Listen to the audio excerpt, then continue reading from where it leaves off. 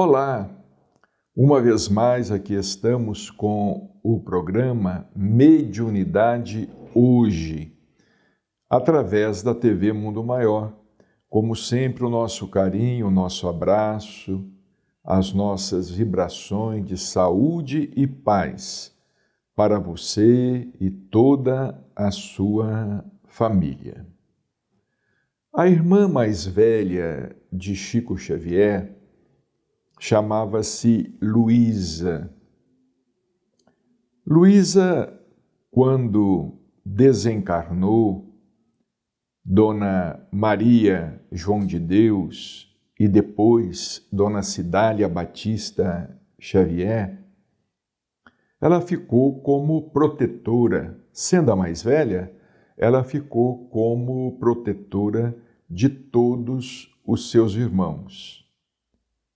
De seus irmãos, do casamento de seu pai com Dona Maria João de Deus e de seus irmãos do casamento de seu pai com Cidália Batista Xavier.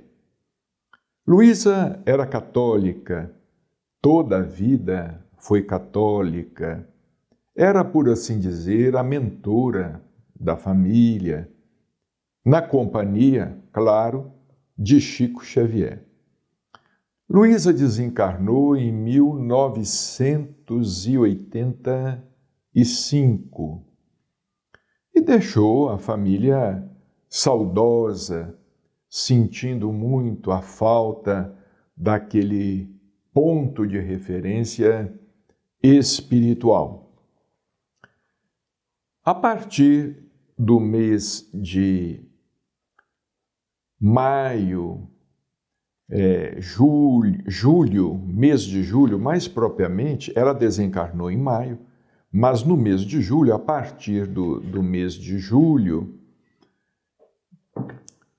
Luísa começou a mandar algumas mensagens através do próprio Chico, aqui no Grupo Espírita da Prece, nas reuniões públicas. Nós acompanhamos, eu e Márcia estávamos toda semana participando das reuniões e tivemos oportunidade de acompanhar a recepção daquelas mensagens de Dona Luísa por Chico Xavier, que era seu irmão muito querido. Ela desencarnou em maio de 1985, já idosa. Ela começou a escrever sobre Chico Xavier. E essas mensagens, muitas delas, elas foram organizadas e foram publicadas neste livro, Depois da Travessia. Este livro foi organizado pelo Geraldinho e pela dona Wanda Amorim Joviano. Wanda Joviano, filha do Rômulo Joviano, ex-patrão de Chico Xavier na Fazenda Modelo, em Pedro Leopoldo. Este livro foi publicado em parceria editorial. Foi publicado pelo Vinha de Luz, de Belo Horizonte, e pela editora Didier de Votuporanga.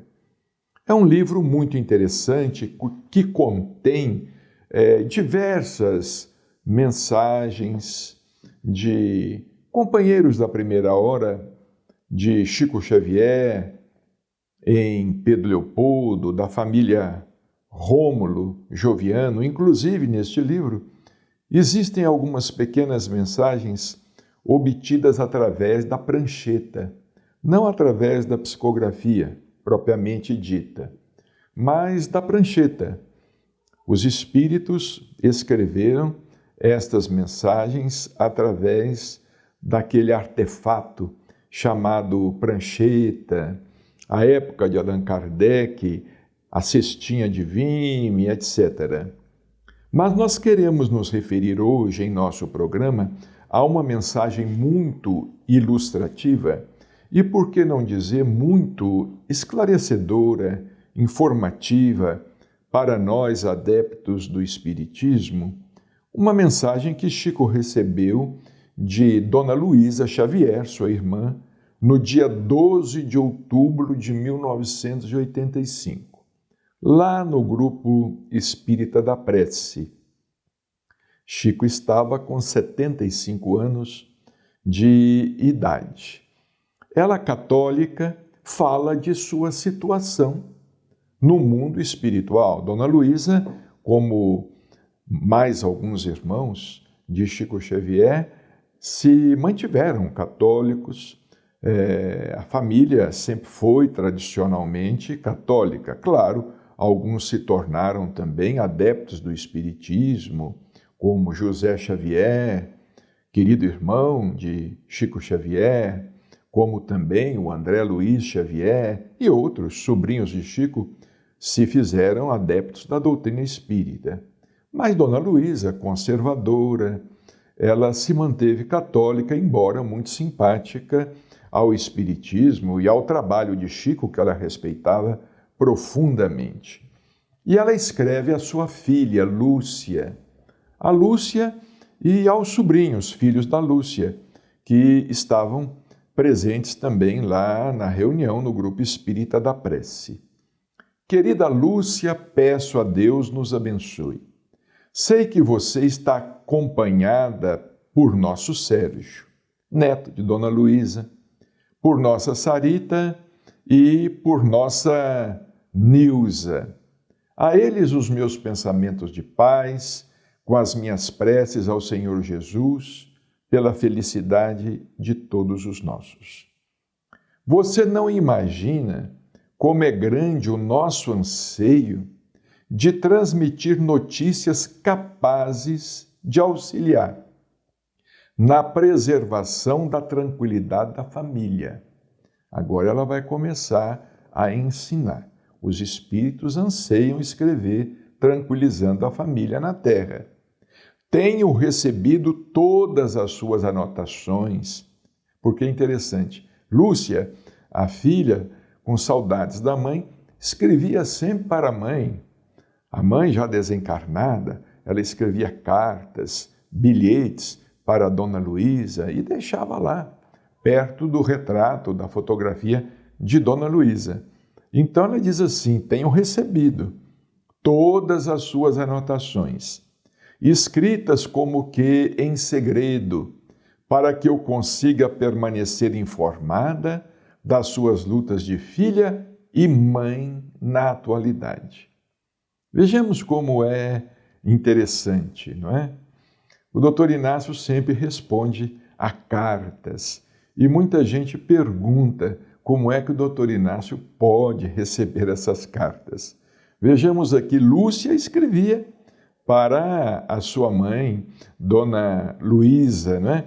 Escrevia dando notícias da família toda, falando dos filhos, dos netos, bisnetos de Dona Luísa Xavier.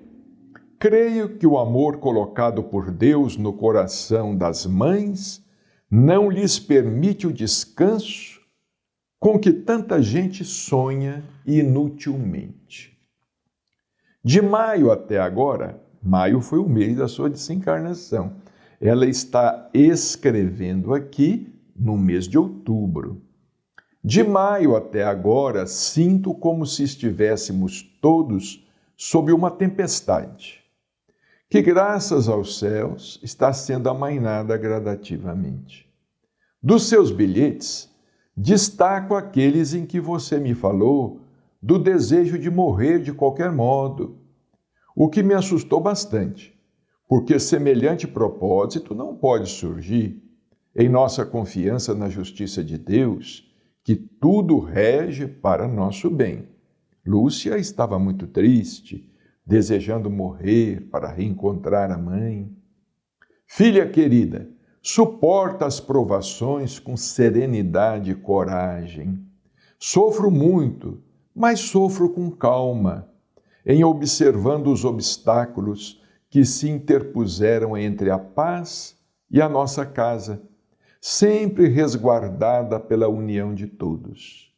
Sofro porque sou mãe, e a certeza dessa condição não me dá tréguas ao pensamento, de vez que será impossível para mim ver você em constantes inquietações, sem mover-me para prestar-lhe auxílio. Vejamos, ela estava se sentindo aflita do outro lado, com a aflição da filha, ou dos filhos e dos sobrinhos. Tenho procurado fortalecê-la e escorá-la em todos os dias de nossa luta. Tudo será resolvido na proteção da divina providência. Seus bilhetes sobre a nossa tuquinha me tomam atenção.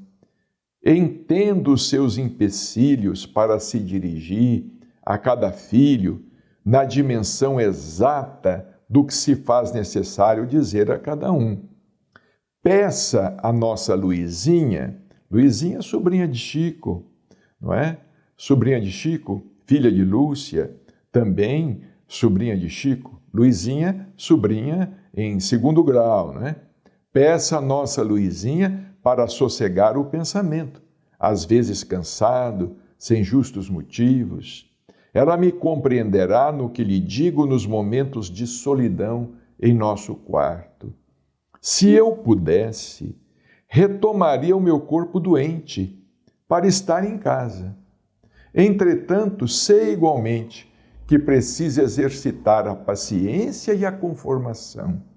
Vejamos, aqueles que partem do outro lado também precisam ter paciência, porque eles também sentem saudade. Eles também sentem falta daqueles que deixaram na terra. Você deseja saber como se deu o meu afastamento de casa. Agora ela vai contar como foi o desenlace. Logo depois da separação definitiva de meu pobre corpo enfermo. A bondade infinita de Deus, por seus mensageiros, impediu o mal-estar de que me veria possuída se fosse obrigada a seguir aquele cortejo do entardecer. Quer dizer, ela não acompanhou o seu féretro. Fiquei em nossa casa mesmo, no leito que o José, com o apoio de alguns amigos, me improvisou, em um dos cantos do aposento amplo. Vejamos, José Xavier, irmão de Chico, irmão de Dona Luísa, que desencarnou muito cedo, José Xavier, e ela fala que o irmão José Xavier improvisou para ela um leito em sua própria casa, em Pedro Leopoldo, para que ela ali permanecesse durante algum tempo, repousando, se fortalecendo. Quer dizer, o espírito de Dona Luísa não acompanhou o sepultamento, não acompanhou o cortejo. Passei por breve sono, do qual despertei muito aflita a chamar por você, mas a presença de minha mãe, Maria de São João de Deus, Maria João de Deus, que na verdade em seu registro está lá, Maria de São João de Deus, mãe de Chico, mãe de Dona Luísa, não é? Estava lá, ao meu lado, me impunha reserva e sobriedade. Chorando muito, perguntei a ela por que não me retiravam dali, daquele retângulo, como que formado de algodão ou de neblina densa, que não conseguia compreender.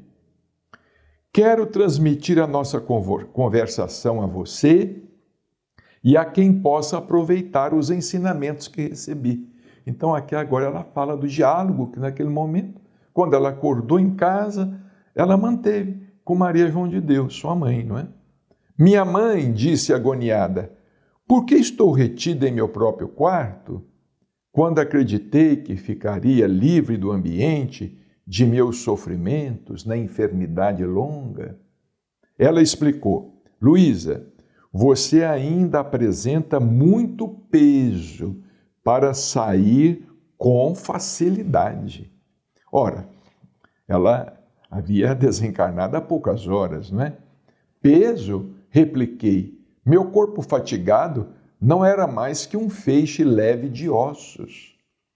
Não me refiro a isso, tornou minha mãe. Reporto-me ao seu coração, pesado de angústia, acumulando recordações dolorosas e carregando pesares que aprendem ao lar. Eu não sabia que as mágoas revelam um peso nocivo, a vida íntima, e não voltei às indagações. Então vejamos, ela ainda estava, presa aos problemas domésticos, como é natural, não é? Como é natural ao espírito ligado à família, preocupado com a família, nos primeiros tempos de vida espiritual. Depois de 6 dias, ouvi minha mãe solicitando ao José, quer dizer, ela ficou ali dias, né? Depois de 6 dias, ouvi minha mãe solicitando ao José que providenciasse a vinda de um carro para a minha retirada. Olha aqui, um carro, no mundo espiritual, um veículo para a retirada de Dona Luísa, que não saiu de sua casa volitando, como muita gente acha, né? Que vai deixar o corpo e sair voando pelo espaço, né? Estranho para mim é que ela esclareceu ao término das recomendações. Ela podia perfeitamente usar o pensamento para dispensar qualquer veículo. Entretanto, minha filha, sempre lutando sob as dificuldades naturais na criação da família, não teve oportunidade e nem tempo para exercícios mentais que lhe seriam fáceis no desdobramento das orações. Quer dizer, ela precisaria ter se exercitado mentalmente, não é? Para que ela pudesse sair dali sem necessidade de ser transportada por um veículo. Sempre chorosa e calada, a breve tempo fui conduzida por minha mãe a um carro diferente daqueles que usamos na vida física. Ela e 5 amigas ou colegas do serviço de assistência a que se dedicava tomaram assento em 2 bancos traseiros, enquanto que a mim foi reservada uma poltrona de grande tamanho junto ao motorista, a que se dá por aqui o nome de piloto. Sempre conduzida por minha mãe, a sentir-me quase à maneira de uma criança, acomodei-me na poltrona, sem partilhar da conversação que se mantinha na intimidade do veículo. Quer dizer, estavam conversando. As amigas de Maria João de Deus, que foram, com ela, receber a filha recém-desencarnada. O carro deslizou ao modo habitual do mundo. No entanto, após uma distância, que calculo de 2 a 3 quilômetros, o piloto imprimiu maior velocidade àquele refúgio rodante e o carro planou no ar. Quer dizer, começou a voar. Era um veículo voador também, não é? Compreendendo eu que o veículo, para mim, completamente desconhecido, se revestia de função dupla, porque evoluía rapidamente no mundo aéreo, talvez com mais segurança que na terra comum. Não é? Agora nós estamos vendo aí, isso aqui foi em 85, né? Quer dizer, 35 anos, quase 40 anos, né? Agora nós estamos vendo aí o surgimento dos carros voadores, né? Dos carros que voam. Tão amargurada me achava que me abandonei à viagem para o que desse ou viesse. De vez que a minha contrariedade era um pesadelo que me situava entre o pesar e a cólera que eu não conseguia disfarçar. Sentia-me na condição de inimiga irreconciliável da morte, que me afastara do convívio de casa. Ela estava aborrecida, porque ela não queria deixar, a filha, deixar a família, os netos e tudo mais, os bisnetos. Não queria deixar a casa, não é? Findos, talvez, uns 40 minutos de voo. Vejamos bem, 40 minutos de voo, né? Em 40 minutos, por exemplo, é um voo daqui mais ou menos quase até São Paulo. De Uberaba a São Paulo, que tem 500 quilômetros, mais ou menos. De Uberaba a São Paulo, nós temos aí um voo tranquilo de 50 minutos. Ela fala aqui que foi um voo de 40 minutos. Chegamos a uma praça onde se levanta grande instituto, construído com 5 frentes distintas e devidamente numeradas. Muita gente aguardava aquele engenho que pousara no chão a uns 3 quilômetros da praça que me refiro. E entre os circunstantes que se mantinham discretamente afastados, tinha gente esperando, né? Reconheci muitos parentes e amigos que me saudavam, recebendo ela de uma viagem, como se estivesse voltando de uma viagem, mantendo-se um tanto longe, decerto pelas disciplinas ali estabelecidas, mas o meu estado de irritação era tamanho que baixei a cabeça para não ser obrigada a cumprimentar ou acenar para alguém. Dona Luísa era muito firme, ela era muito sistemática e ela realmente estava aborrecida com a desencarnação. Ela não queria, mesmo sendo recebida pela mãe, pelo irmão, ela se sentia presa à família, preocupada naturalmente, sempre muito preocupada, porque ela foi mãe de todos. Não é? Minha mãe percebeu o meu desagrado e me recomendou apoiar-me na bengala de que não me afastava nos tempos últimos. Olha aqui, uma bengala. Mesmo mancando, sem olhar para os que nos observavam, entrei no instituto, onde um quarto me fora reservado. Olha o interessante agora. Os detalhes são muitos e não devo alongar-me demais. Vim a saber, porém, que me achava numa organização católica para os reajustes de minhas forças. Olha aqui, ela não foi levada para nosso lar, ela não foi levada para o campus da paz, ela não foi levada para nenhuma cidade que nós achamos que, vamos dizer, seja uma cidade espírita. Ela, católica, com respeito à sua fé, à sua tradição, ela foi conduzida a uma organização católica na vida espiritual. Vejamos, existem, a vida continua com naturalidade. Nós fazemos uma ideia de uma vida depois da morte, miraculosa, sobrenatural, mágica, não sei, mas a continuidade é natural. Olha aqui o que ela diz aqui. Vinha saber, porém, que me achava numa organização católica para o reajuste de minhas forças. Vejamos, a mensagem é interessante, não é? Mas nós vamos hoje fazer igualzinho a minissérie, não é? Nós vamos encerrar a primeira parte aqui da minissérie, porque o nosso programa está chegando ao final. Na semana que vem nós vamos continuar. Você quer saber? Continue aí nos acompanhando. Muita paz.